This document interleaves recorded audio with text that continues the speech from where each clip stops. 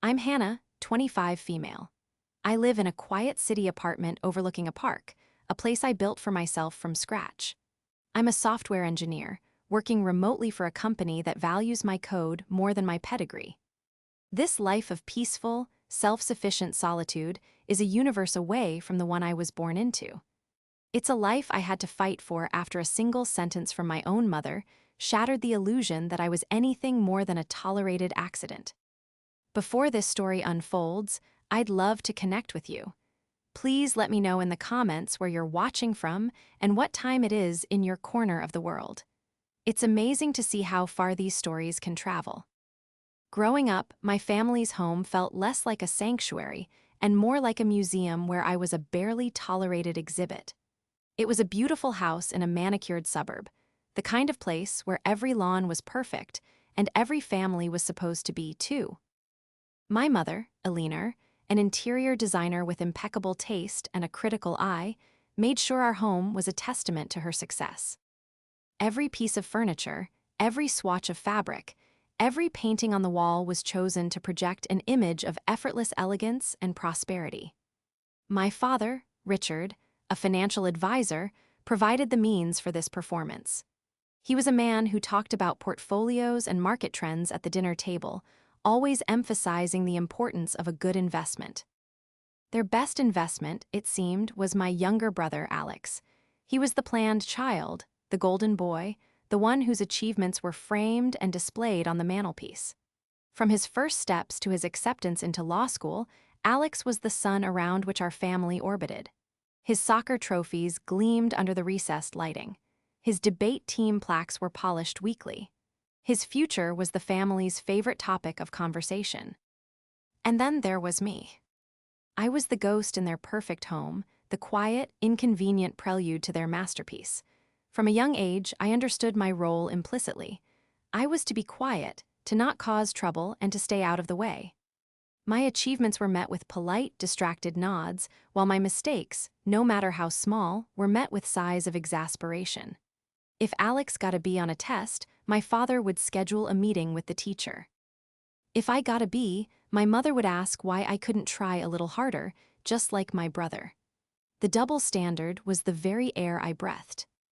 I learned to make myself small, to fade into the background. I spent most of my time in my room, a space that was technically mine but still felt like it belonged to my mother's design portfolio. It was tastefully decorated in muted grays and beiges, colors that felt more suited to a hotel than a teenager's bedroom. There were no posters on the walls, no personal trinkets on the shelves. Such things were deemed clutter by Eleanor. My sanctuary was the digital world. I taught myself to code, finding logic and order in lines of Python and Java that were absent in my family life. The computer didn't care who my parents were or what they expected of me. It only responded to the clarity and correctness of my commands.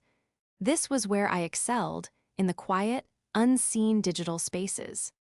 Family dinners were the hardest. They were a nightly performance of the happy, successful family we were supposed to be. Richard would hold court, talking about his clients or the stock market.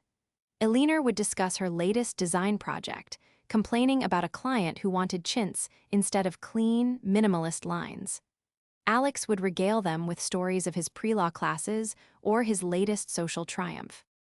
I would sit there, a silent spectator, occasionally asked a token question like, "How was school, Hannah?"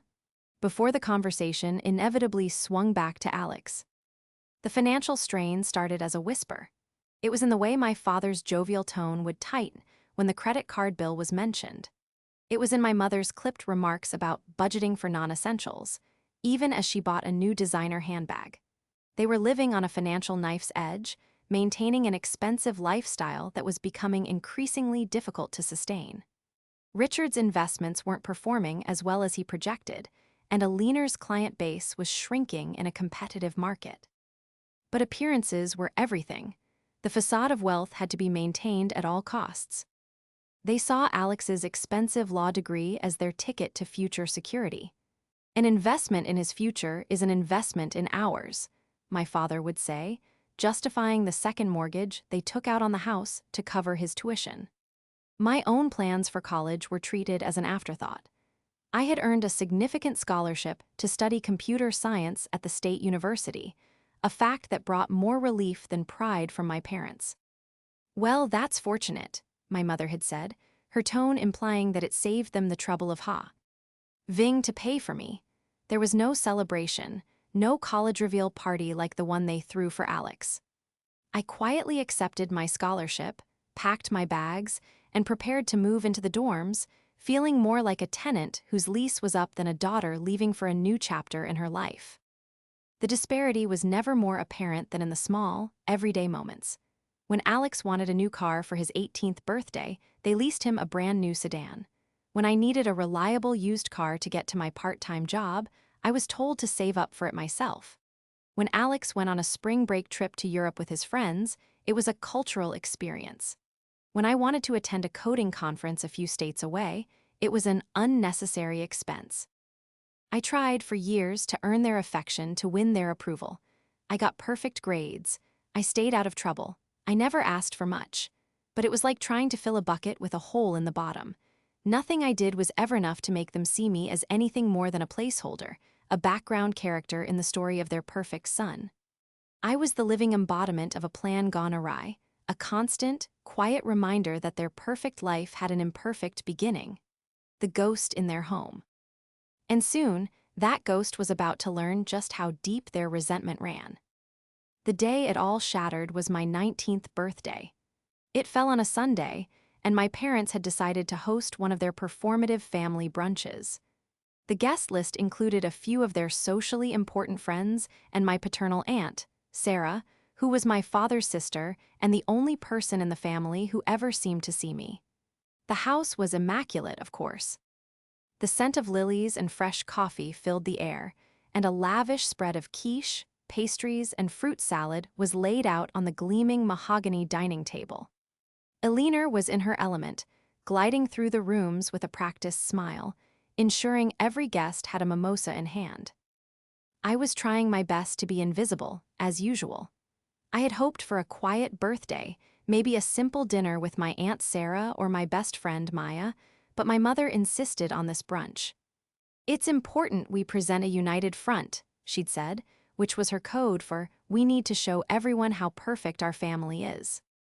Alex was holding court, telling an animated story about a mock trial competition he had won. My parents and their friends hung on his every word, laughing at all the right moments. I was seated at the far end of the table, next to Aunt Sarah, who occasionally gave my hand a comforting squeeze under the table. She knew. She always knew. The conversation eventually turned to family planning. One of my mother's friends, a woman named Cynthia, was gushing about her daughter who had just had a baby. "You and Richard are so lucky," Cynthia said, beaming at my parents. "Two wonderful children. You must have planned it all so perfectly." My father, Richard, chuckled, raising his glass. "Well, we got one perfect plan," he said, winking at Alex, who preened under the attention. The table chuckled along. It was a familiar jab, one I had heard in various forms my whole life. The planned son and the other one. But my mother, perhaps emboldened by the mimosas or her audience, decided to take it a step further. She laughed, a high, tinkling sound that didn't reach her eyes, and looked directly at me down the length of the table. "Oh, Cynthia, you have no idea," she said, her voice carrying across the sudden lull in conversation. "Alex was our masterpiece. Hannah," she paused for dramatic effect, a smirk playing on her lips. "Hannah was proof that even the best birth control isn't 100% effective." The words hung in the air, sharp and glittering as shattered glass. A few of the guests gave uncomfortable, polite laughs. Cynthia's smile faltered. My father just took a sip of his drink, avoiding my gaze. Alex looked down at his plate, a flicker of something, maybe shame, maybe discomfort, crossing his face before he smoothed it away. The only person who looked horrified was Aunt Sarah. She squeezed my hand so hard her knuckles went white. But I barely felt it. All the air had been sucked out of my lungs. It wasn't a new sentiment. I had always known I was an accident. They had never said it so explicitly, but the knowledge was woven into the fabric of my childhood. But to say it like that, as a joke, in front of all these people on my birthday, it was a new level of cruelty, a public declaration of my worthlessness to them. It wasn't just a jab, it was an execution. They weren't just confirming I was an accident. They were framing my very existence as a failure of technology, a statistical error. Something inside me, something that had been holding on by a thread for 19 years, finally snapped. The years of being overlooked, of being second best, of feeling like a ghost in my own home, it all coalesced into a single, clarifying moment. Of pain, I looked at my mother's smiling face, at my father's silent complicity, at my brother's deliberate ignorance, and I saw them for exactly who they were. They would never love me. They would never value me. I would always be their inconvenient truth. Slowly, I pushed my chair back. The scraping sound it made on the hardwood floor was unnaturally loud in the suddenly silent room. Every eye was on me. I stood up, my hands trembling slightly, but my voice, when it came out, was cold and steady. "Thank you," I said, my voice devoid of any emotion. "Thank you for finally being honest." I didn't look at any of them. I turned and walked out of the dining room, past the perfectly arranged furniture and the tasteful art. I could feel their stares on my back. I heard Aunt Sarah call my name, a note of panic in her voice, but I didn't stop. I walked up the stairs to my beige and gray room, pulled out the 2 suitcases I already owned, and started packing. I took my laptop, my chargers, my books, and the clothes I'd bought with my own money. I left behind everything they had ever given me. The trinkets, the few pieces of jewelry, the generic framed photos. Within 20 minutes, I was done. I walked back down the stairs, dragging my suitcases behind me. The brunch was clearly over. My parents were standing in the foyer, their faces a mixture of anger and embarrassment. "What do you think you're doing?" my father demanded, his voice low and threatening. "You're making a scene." "I'm leaving," I said simply, not meeting his eyes. "Don't be ridiculous, Hannah," my mother scoffed, crossing her arms. "You're overreacting. It was a joke. You have no sense of humor." "It stopped being a joke a long time ago," I replied, my voice still eerily calm. I finally looked up and met her gaze. "You've made it clear how you feel. I believe you." I opened the front door. Aunt Sarah was right behind me. "Hannah, honey, where will you go?" she asked, her eyes full of genuine worry. "I'll be okay, Aunt Sarah," I said, and I meant it. I gave her a quick hug. "Thank you for everything." I walked out the door without a backward glance. I didn't have a car, I didn't have much money. But as I wheeled my suitcases down that perfectly manicured sidewalk, I felt a lightness I hadn't felt in years. The weight of their expectations, their disappointment, their conditional love, it was all gone. The pain was immense, a raw, gaping wound in my chest. But for the first time in my life, I was free. I called my friend Maya, my voice breaking only when she answered. The life of Hannah, the ghost, was over. The life of Hannah, the survivor, was just beginning. The first year on my own was a blur of survival. I crashed on my friend Maya's couch for a few weeks, eternally grateful for her unquestioning support. She was a paralegal, pragmatic, and fiercely loyal, and she helped me navigate the initial shock, bringing me tea and letting me cry without judgment. I funneled all my energy into my studies and my part-time job. The scholarship covered my tuition, but I still needed money for rent, food, and books. I found a tiny, run-down studio apartment near campus and took on extra hours at the university's IT help desk. It was exhausting. There were nights I lived on instant noodles and sheer determination, fixing other students' Wi-Fi problems while debugging my own code for class projects. My parents made no effort to contact me. Neither did my brother, Alex. The silence from them was a deafening confirmation of what I already knew: I was not missed. The only family member I heard from was Aunt Sarah.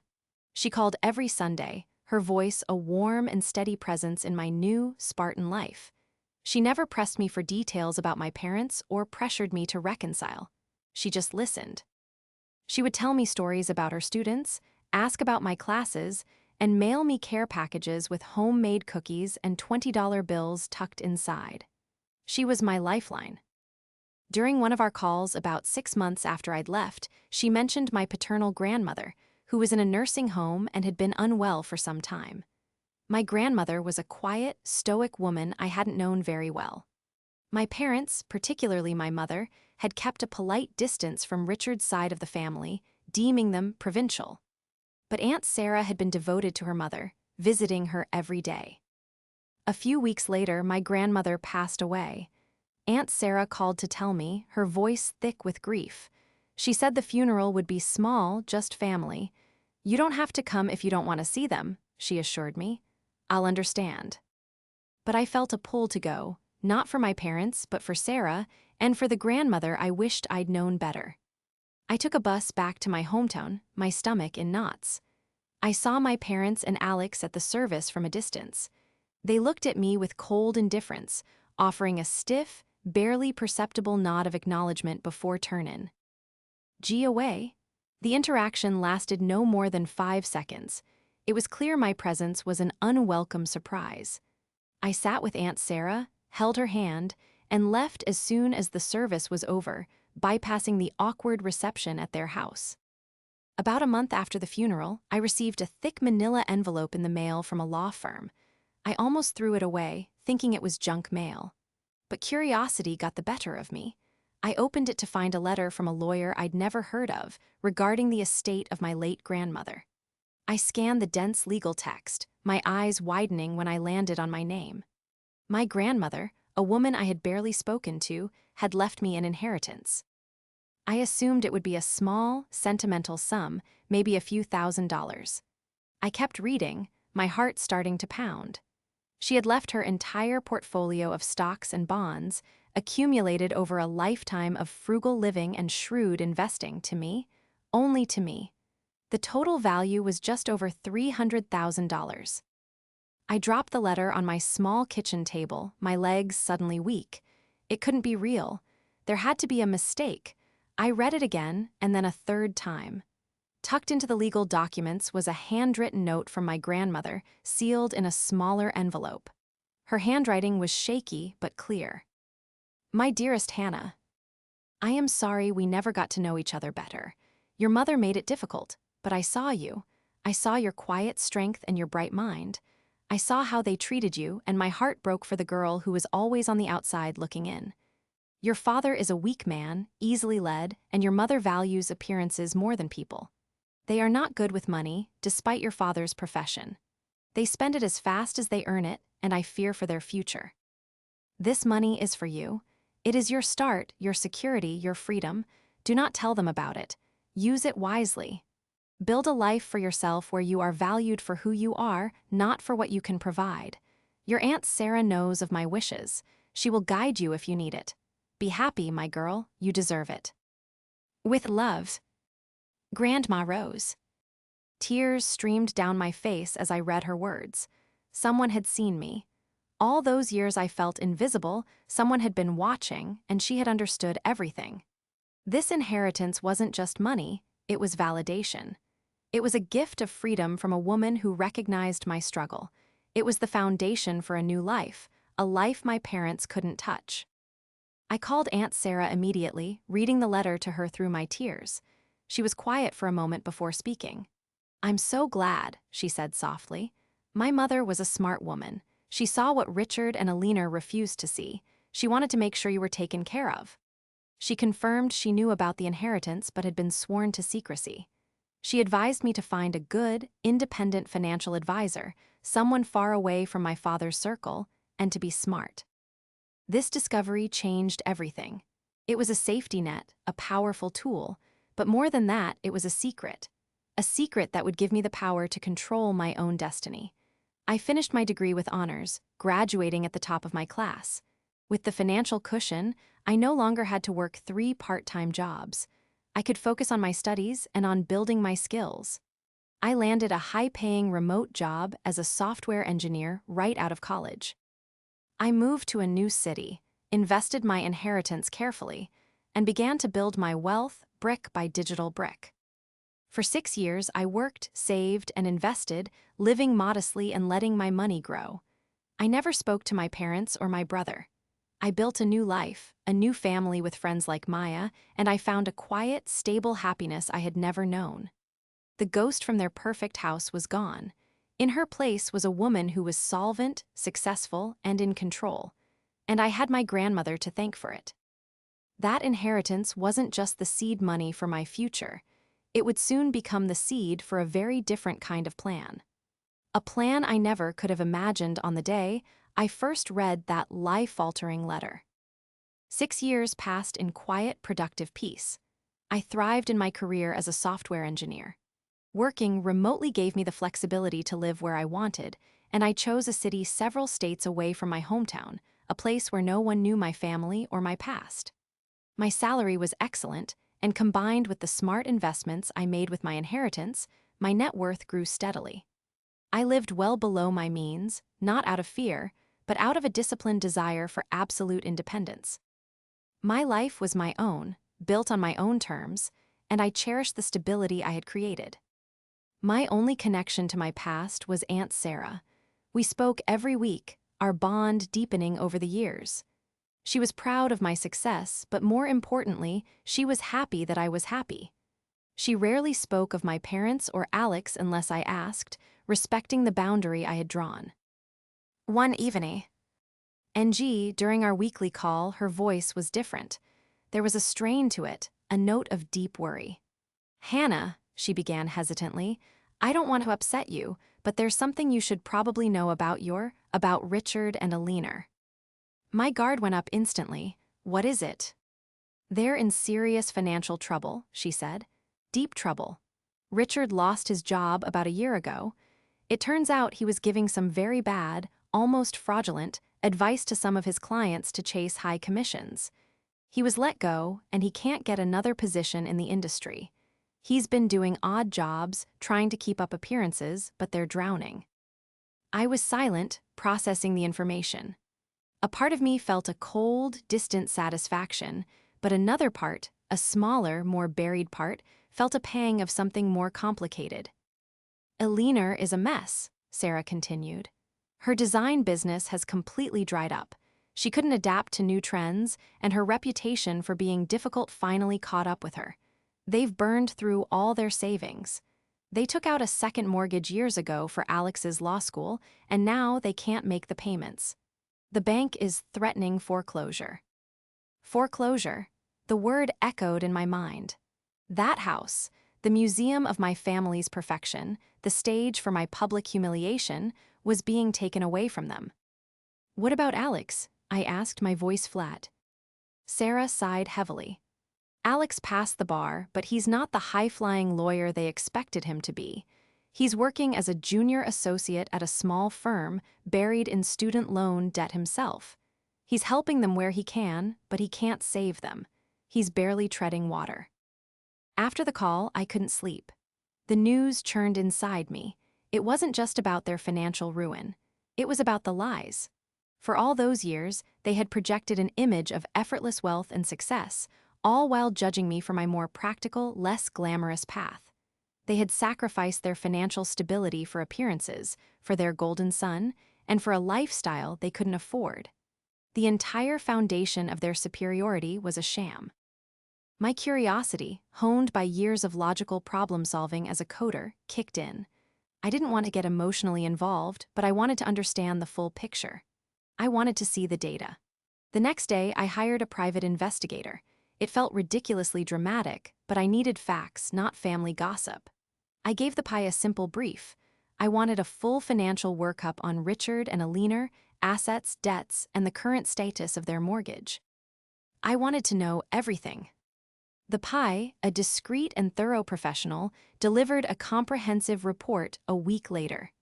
It was worse than Aunt Sarah had described.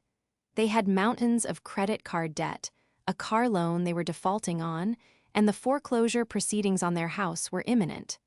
The bank was set to auction the property in less than 2 months.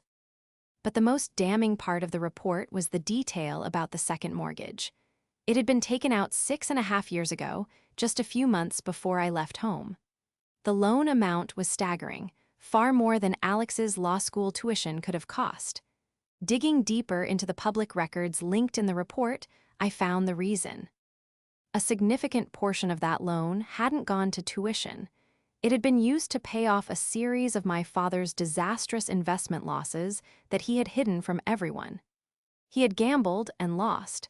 then borrowed against the house to cover it up, using Alex's education as the excuse. The lie was breathtaking in its audacity. They hadn't just prioritized Alex over me, they had leveraged their entire future on a lie, all while my mother was delivering cruel jokes about my conception. The injustice of it all burned in my chest, a cold, hard flame. They had built their pedestal on a foundation of sand, and now the tide was coming in. I stared at the foreclosure notice in the Pi's report. I looked at the name of the bank, the outstanding balance, the auction date. An idea, wild and audacious, began to form in my mind. It was a crazy thought, born of years of suppressed anger and a newfound sense of power. What if the story didn't end with them simply losing the house? What if the story ended with me? I opened my laptop and began researching. I looked into shell corporations, property management companies, and the process of buying a foreclosed home at auction through an anonymous LLC. My keyboard clicked away in the quiet of my apartment, the lines of code on my screen replaced by lines of legal and financial strategy. The ghost they had cast out was now in a position to own the very stage where they had performed their perfect lives. The investigation had given me the truth, and the truth had given me a plan. I was no longer just a survivor. I was becoming an architect. The idea that had started as a spark of vengeful fantasy quickly solidified into a medic. Ulyss' actionable plan. This wasn't just about buying a house. It was about taking control of the narrative, about turning their greatest symbol of status and superiority into a symbol of my independence and their downfall. It was poetic justice in its purest form, and I was going to execute it with the precision of a perfectly written algorithm. The first step was anonymity. There was no way my name could appear on any of the paperwork. My parents could never know who was behind the purchase. I contacted a corporate lawyer my friend Maya recommended, a sharp, discreet woman named Ms. Alvarez. I explained the situation in the vaguest possible terms, a sensitive family matter requiring a blind property acquisition. She didn't pry. For a hefty fee, she handled the creation of a limited liability company, or LLC. We settled on a name that was deliberately bland and corporate, Northwood Property Holdings, LLC. It sounded sterile, anonymous, and utterly forgettable. I was the sole owner, but my name was buried under layers of legal paperwork. Next, I needed a front person. I couldn't be the one bidding at the auction or communicating with anyone. For this, I hired a local real estate agent in my old hometown to act as the official representative for Northwood Property Holdings. He was a seasoned professional who specialized in investment properties and auctions. He understood that his client wished to remain completely anonymous and was being paid a generous commission for his discretion and services. He would be the public face of the transaction. With the legal structure in place, the final piece was the financing. The outstanding mortgage on my parents' house, plus fees and closing costs, was a substantial sum, but well within my means thanks to my grandmother's gift and my own disciplined savings and investments. I liquidated some of my stock portfolio and transferred the necessary funds into the LLC's new business account. Seeing that balance, earmarked for the purchase of my childhood home, felt surreal. It was the ultimate reversal of fortune. The money my grandmother had left me to escape them would now be used to own them. The weeks leading up to the auction were a tense waiting game. My agent kept me updated. The bank had officially listed the property for auction. There was some interest from other local investors, but the house needed significant updates. My mother's taste, once the height of 90s suburban chic, was now hopelessly dated, which deterred some buyers looking for a quick flip. This worked in my favor. On the day of the auction, I was a nervous wreck. I was on the phone with my agent, who was standing on the courthouse steps where the auction was being held. I had given him my maximum bid, which was significantly higher than the property's estimated market value. I wasn't just buying a house. I was buying a conclusion to this chapter of my life, and I was not going to be outbid. "The bidding is starting," he said, his voice low and professional. I could hear the auctioneer's rapid-fire patter in the background. My heart pounded against my ribs. He narrated the bids as they climbed, my stomach twisting with each new number. It went higher than we expected, as another investor was clearly interested. "They're at 290, my agent said. "Our max is 350. What do you want to do?" "Stay in," I said, my voice tight. "Go to 320. There was a pause. "We have 320,000. Do I hear 325? The auctioneer's voice echoed faintly over the line. Another bidder countered. This went on for several agonizing minutes. Finally, the other bidder hesitated. Going once, going twice, the auctioneer called out. My agent's voice was calm. "We've got it, Ms. Evans," he said, using the professional name I had adopted for our dealings. "The property is yours, or rather, it belongs to Northwood Property Holdings." A wave of dizzying, complex emotion washed over me. I felt a surge of triumph, so potent it almost took my breath away. But underneath it, there was a hollow ache. I had just bought the house I had been so desperate to escape. I hung up the phone and sat in silence for a long time, the owner of a house full of ghosts. The closing process was swift and impersonal.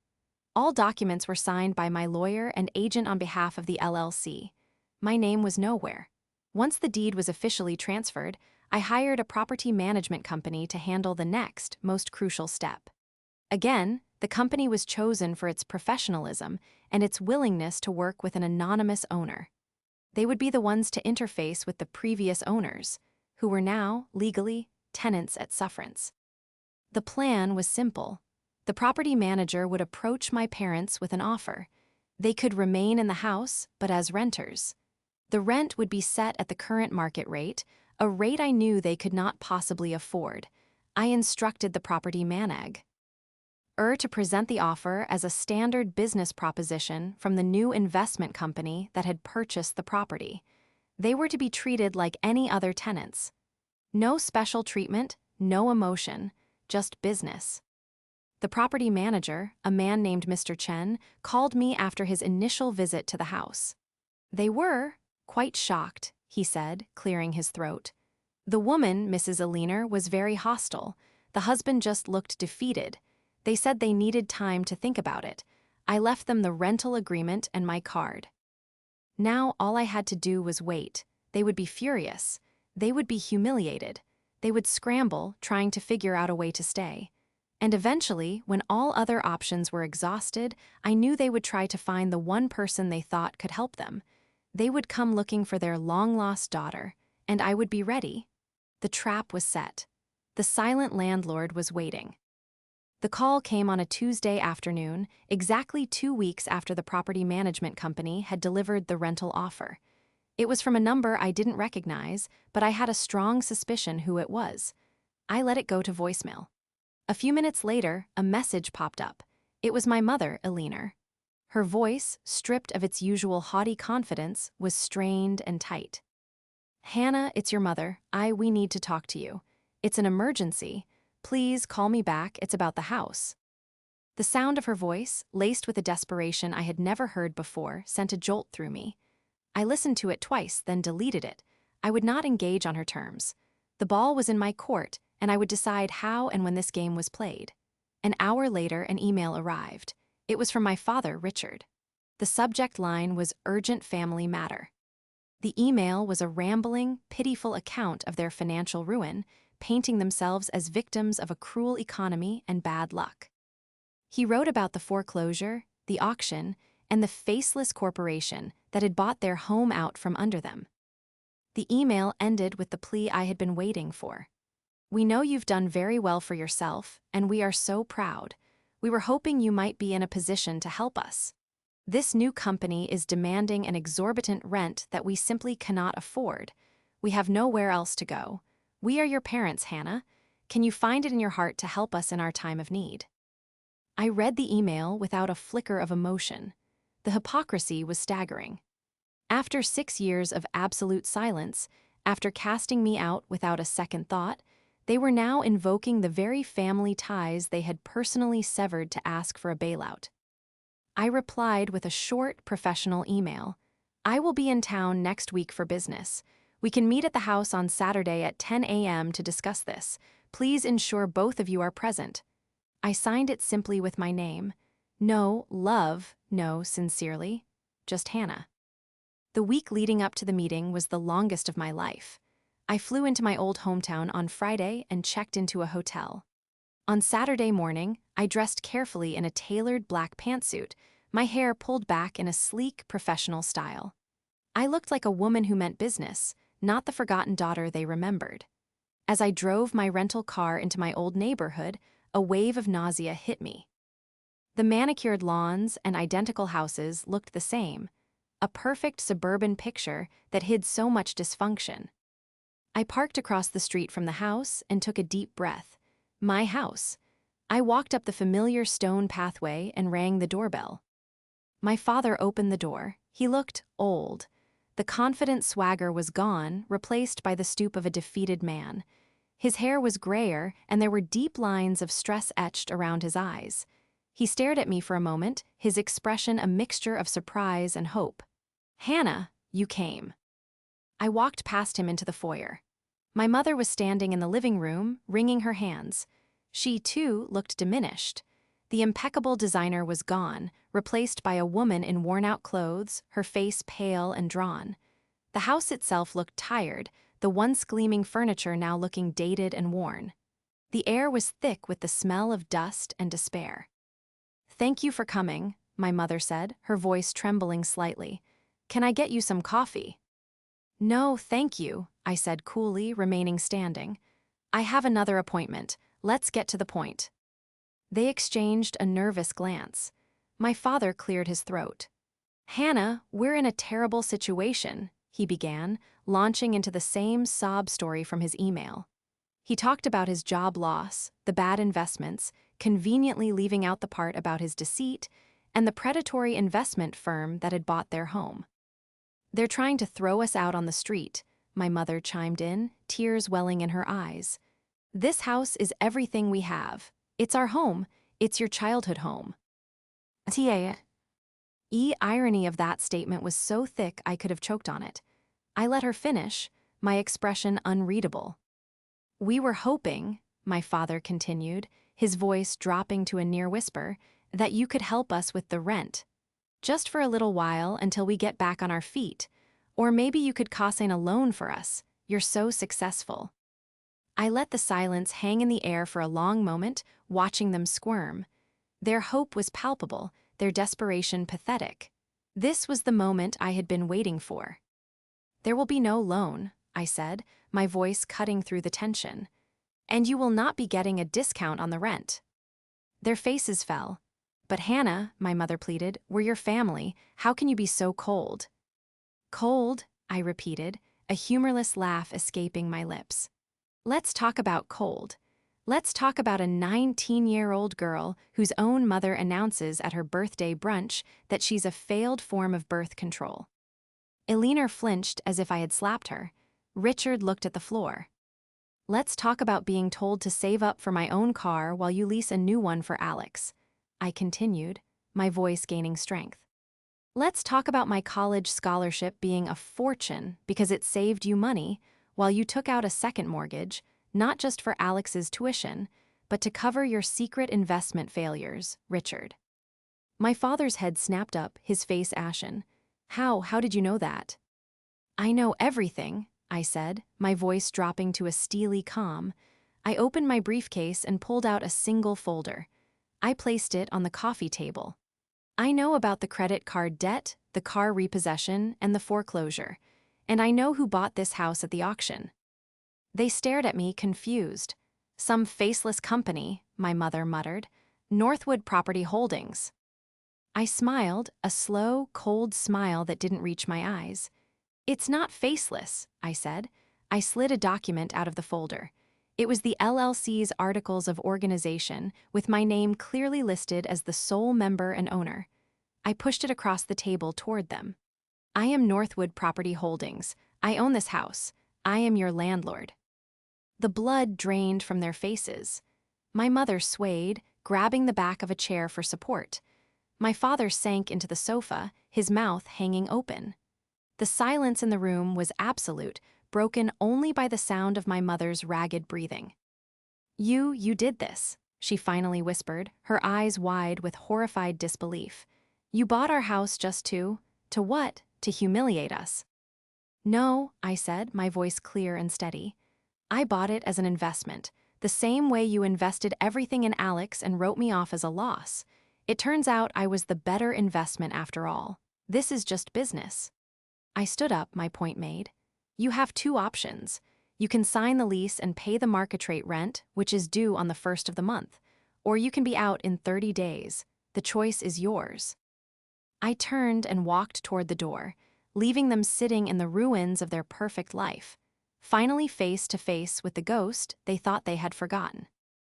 Leaving that house for the second time was profoundly different from the first. 6 years ago, I had fled with nothing but 2 suitcases and a broken heart. This time, I walked away with a clear head, a fortified soul, and the deed to the property in my briefcase. The confrontation hadn't been explosive. It had been quiet, clinical, and utterly devastating for them. The transfer of power was complete, and it had been accomplished not with shouting, but with paperwork. I didn't wait to see what they would do. I drove straight to the airport, flew home, and tried to process the maelstrom of emotions. There was triumph, yes, but it was a hollow, bitter victory. There was also a profound sadness for the family I never had and a sense of closure that felt like closing the lid on a coffin. The ghost of the unwanted daughter had finally been laid to rest. The aftermath unfolded through emails and phone calls from the property manager, Mr. Chen. My parents, it seemed, had been thrown into a state of paralysis. They didn't contact me directly. A week after our meeting, I received a frantic, tearful call from my brother Alex. "Hannah, what have you done?" he demanded, his voice a mixture of anger and panic. "They told me what you did. You can't do this. You're destroying them." I listened patiently to his tirade. He accused me of being cruel, vengeful, and heartless. He talked about loyalty and family, using words that had never once been applied to me when I was growing up. Where was this family loyalty when Mom called me a mistake in front of a dozen people? I asked calmly. Where was it when Dad lied about the second mortgage? Where have you been for the last 6 years, Alex? He was silent. You are all finally experiencing something I learned a long time ago, I told him. Actions have consequences, they ma. Do their choices, and now they have to live with them. So do you. I ended the call before he could respond. That was the last time I ever spoke to him. A few days before the 30-day deadline, Mr. Chen informed me that my parents had moved out. They didn't sign the lease. They simply packed what they could into a small moving truck and left, dropping the keys in the property management company's mail slot. They left behind most of the heavy furniture and years of accumulated junk. Aunt Sarah later told me they had moved into a small, cramped rental apartment across town, a place that was a world away from the suburban palace they had lost. Richard had found a job working on commission at a budget hardware store, and Alina, stripped of her social standing, had become a recluse. The house sat empty. For a few months, I wasn't sure what to do with it. The idea of renting it out to strangers felt strange, and selling it felt too final. One weekend, I flew back to my hometown and let myself into the empty house with my own key. It was a surreal experience. The rooms echoed with silence. Without my mother's carefully arranged decor, it was just a building, wood, plaster, and glass. The ghosts were gone. The power it once held over me was gone. I called Aunt Sarah and asked her to meet me there. She walked through the empty rooms, her expression thoughtful. "What are you going to do with it?" she asked. "I'm not sure," I admitted. "I don't want it, but I don't want to just sell it either." She looked at me, a soft smile on her face. "You know," she said, "your grandmother always wanted to help young people get a start. She left you that money so you could have a foundation. What if you used her house to do the same for someone else?" Her words sparked an idea. It was the perfect way to honor my grandmother's legacy and transform a place of pain into a place of hope. I spent the next few months working with a local housing charity that helped young adults who were aging out of the foster care system, kids who, like me, had no family safety net. I decided to donate the house. Not sell it and donate the money, but donate the physical building itself. The charity was overjoyed. They planned to turn it into a transitional home, a safe place where several young people could live for a low, subsidized rent while they finished their education or started their first jobs. It would be a place that provided the stability and support I had craved so desperately at that age. The legal process took some time, but eventually the deed to the house was signed over to the charity. I made the donation anonymously through Northwood Property Holdings, LLC, which was then dissolved. The last tie was cut. My revenge was never about destroying my parents. It was about taking back my power and showing them that the daughter they discarded had become more successful and, more importantly, more resilient than they ever could have imagined. Their punishment was not the loss of their house, but the quiet, agonizing knowledge that they had squandered their chance to have a relationship with their daughter, and that in their moment of greatest need, the only person who could have saved them was the one they had so thoroughly rejected. I closed that chapter of my life not with anger, but with peace. I had turned my pain into purpose and my inheritance into a legacy of hope for others. I had built a new home for myself, not of brick and mortar, but of self-respect, chosen family, and the quiet satisfaction of knowing I had not only survived, but thrived. The door to my past was finally and irrevocably closed.